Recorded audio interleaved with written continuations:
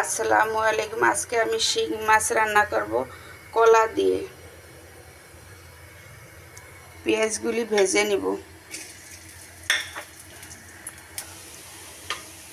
মশলা বাটা দিয়ে দেব।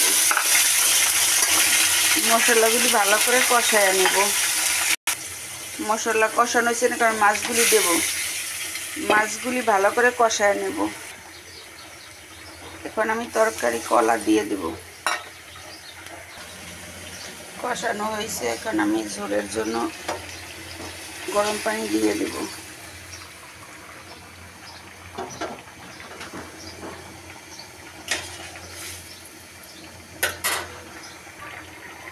জিরার গুঁড়ি দিয়ে দেব, ধনিয়া পাতা দিয়ে দেব।